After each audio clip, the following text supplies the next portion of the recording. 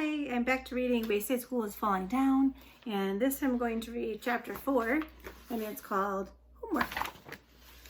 Mrs. Jules was teaching the class about fractions and decimals. She explained that 5/10 was the same as 1/2.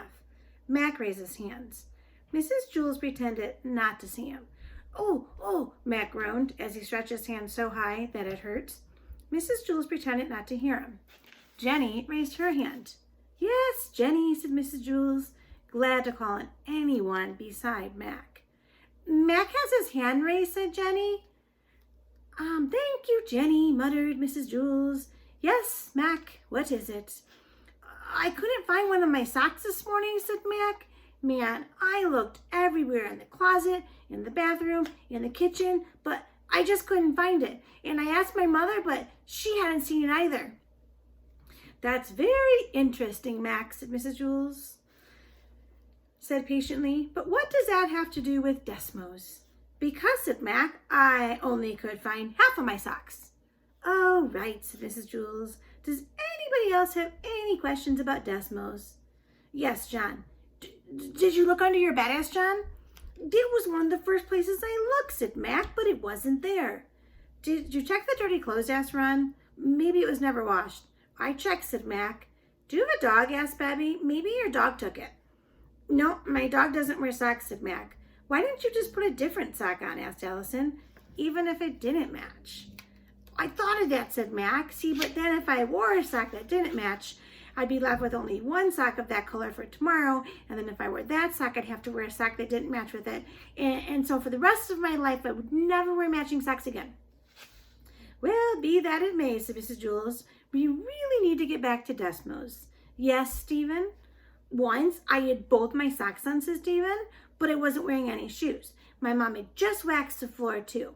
I stood all around it like I was skating, and it was a lot of fun until I fell against the kitchen table and broke 2 dishes. Then I got in trouble. What's that got to do with my socks, Mac asked impatiently. Stephen shrugged.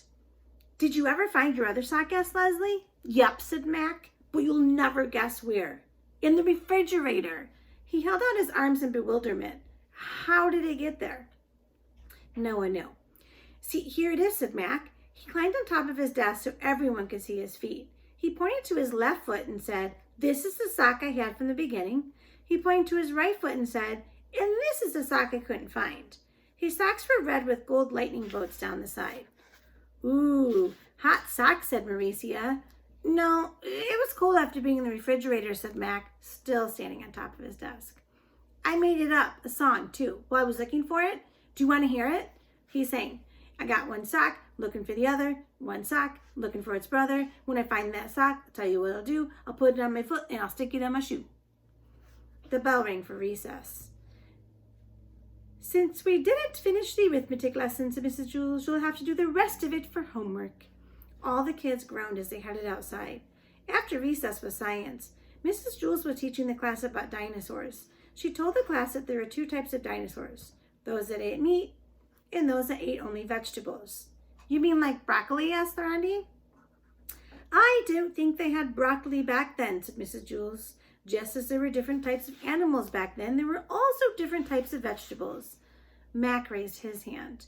Mrs. Jules pretended not to see him. Oh, Mac groaned. He looked like he was going to explode.